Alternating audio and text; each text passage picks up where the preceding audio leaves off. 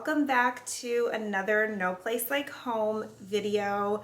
Today's video I'm so excited to share with you guys because it is the fireplace makeover. And if you watched our empty house tour, you know what this fireplace looked like before. If not, I will pop in a little clip here. I'm sure you saw it in the thumbnail. And let's just take a minute to appreciate the power of a little bit of paint. I have two toddler girls, ages 4 and 2. They helped me a little bit actually, but this is something that I did during the day. I originally thought I would do it during naps, but there's some days that they don't nap, and I was just tired of looking at this oak fireplace. I'm very impatient, and we've lived here for a little over a month, and we're just trying to figure out how we're gonna go about doing certain renovations, and I just couldn't take this anymore. So I decided to do it. I decided to film it all for you guys so you could possibly get some tips and get some motivation to do your own fireplace. It honestly was not very difficult. There is a few steps that you have to do and some important things that you don't want to skip over. So I'm going to show you me doing the project, but I'm also going to kind of talk you through it in this video. So if you're interested to see how I transformed our fireplace, just keep on watching. The very first thing that I did was sand. I just did a light sand of the entire fireplace. This is a very important step if you are going from any type of wood or like a stain or a varnished wood. You have to do the sanding part. So I just went ahead and did a light sand. I actually found like sanding blocks and sandpaper at Dollar Tree. So I just used those. The next thing that I went ahead and did was taping off the fireplace.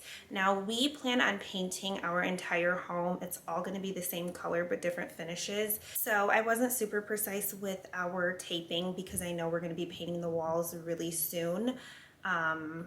Obviously this is gonna depend on your situation, how precise you are with your taping, but I did wanna tape it off just so it didn't look crazy in the meantime. Since you did all that sanding before, you absolutely have to make sure you vacuum all the dirt and debris and things from the sanding. This is another important step. Do not skip steps. That's probably the best advice I can give anyone trying to tackle a project similar to this, is do not skip steps. So as I was saying in those last clips, I did this project with my two little girls at home, picking them up in between, having them help on some parts that they could help. And some of these steps may be a little out of order. I would recommend doing the cleaning first, then sanding, then vacuuming, and then maybe wiping it down for a final time with just some like warm water. Then when you're done with the cleaning, sanding, vacuuming, and a final clean and it's all dry, you go ahead and you start to paint, and that's the most exciting part.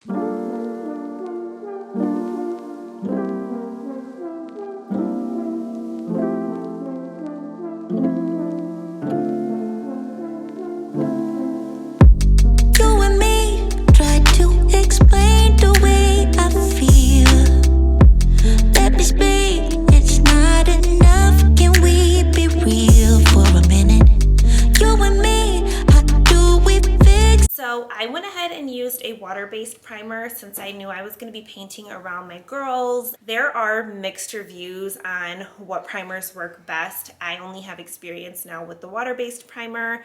I'm debating moving on through the house if I would get a oil-based primer, because the water-based primer did seem to work. How many times can I say primer in 1 minute? But yes, I will have everything linked down below that I can, or at least listed down below. So I just primed, waited several hours, and then I did the first coat of paint. And after that first coat of paint, I was a little bit nervous because it looked super streaky. So I have to record this on my phone because my camera died and I do not want to stop in the middle. I'm like halfway through the first coat. You can see like right here on the top, and then on the right there, that is the paint. That's the Sherwin Williams Pure White in a semi-gloss. We have a big 5-gallon there color, because we're going to be using that on all the trim in the house. The semi-gloss finish, and then we're doing the same color on the walls, just in a eggshell, I believe. So on the left, that is the wall. on the left right there, that's what it looks like with the primer, and you can see what it looks like with the first coat of paint. So already looking good. I think we're only gonna need 2 coats. I definitely recommend using a primer. I'm gonna get back to painting. Sorry, my camera died, but I will try to pick up as many clips as I can. But I waited until the next day to do the top or the last coat of paint. This broken heart now, baby. Yeah. You and me, I can't give up. You can't back down. You and me, I can't keep both feet on the ground. But you and me, we can't just go back to the start again. 'Cause it's not easy, it never is.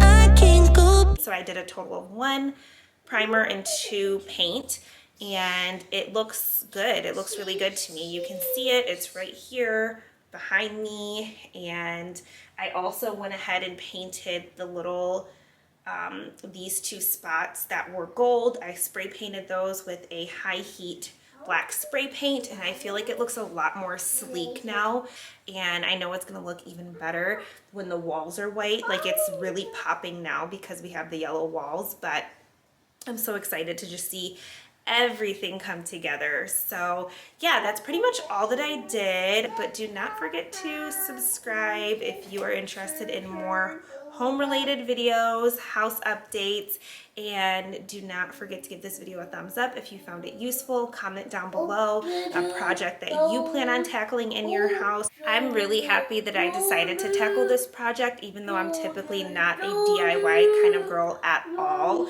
I'm so pleased with it. My eyes keep going to it.